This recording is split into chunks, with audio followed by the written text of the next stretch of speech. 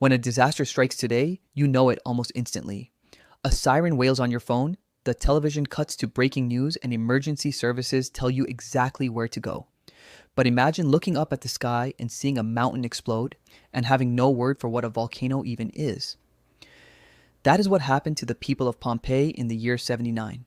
They did not know they were living at the base of a ticking time bomb. They thought Mount Vesuvius was just a large, fertile hill, and when it finally tore itself apart, the city did not disappear in an instant flash of fire like the movies show. The true horror of Pompeii is that the people had hours to escape. Many chose to stay, and the reason they stayed is one of the most tragic misunderstandings in human history. This is the story of the city that disappeared overnight. By 1 o'clock in the afternoon, the sky over the Bay of Naples began to darken. Across the water in the town of Misenum, a young Roman writer named Pliny looked up. He saw a massive, terrifying cloud rising from Vesuvius. He later wrote that it looked like an umbrella pine tree, a tall trunk of smoke that spread out at the top. What Pliny was watching was a column of superheated gas, ash, and pumice rock shooting 20 miles into the stratosphere. He ordered ships to be launched to rescue survivors, sailing directly toward the danger while others fled.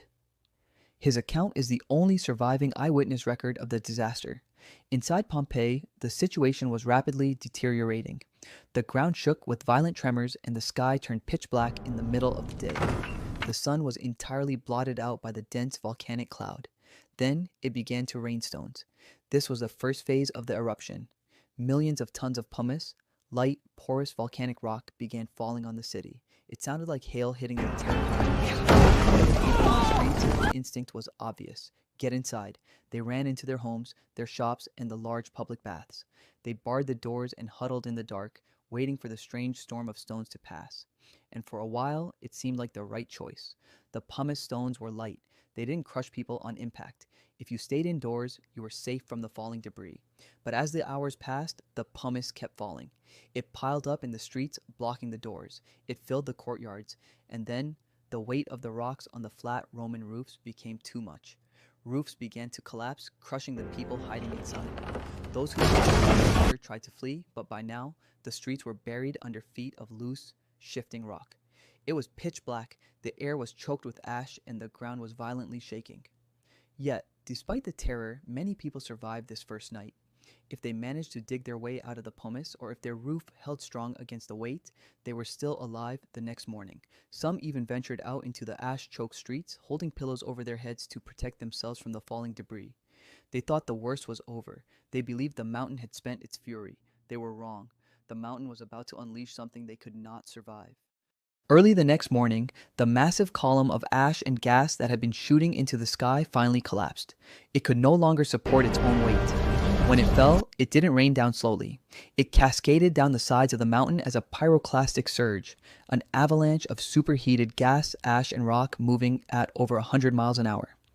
This is the phase that killed the remaining people of Pompeii.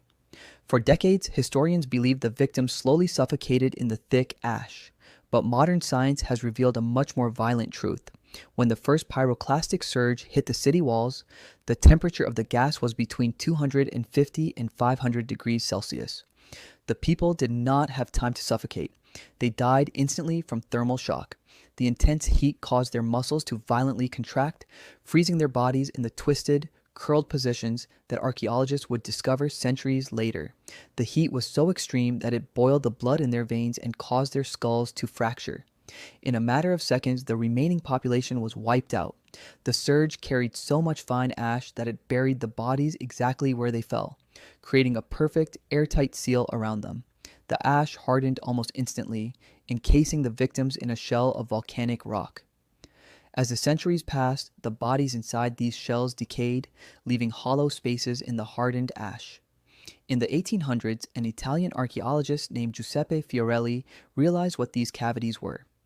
He developed a technique of pouring liquid plaster into the hollow spaces before excavating them. When the plaster set and the surrounding ash was chipped away, they didn't just find skeletons, they found the exact three-dimensional shapes of the victims in their final moments. The cast captured the folds of their clothing, the expressions of terror on their faces, and the desperate ways they tried to protect themselves. They found a mother shielding her child, a man pulling his cloak over his face, and a dog still chained to a post, contorted in agony. These plaster casts are not statues. They are the negative space of real human beings who died in the dark. Pompeii was lost for nearly 1,500 years. When it was finally unearthed, it changed our understanding of the ancient world forever. It wasn't just a ruin, it was a city frozen in time. Loaves of bread were still in the ovens.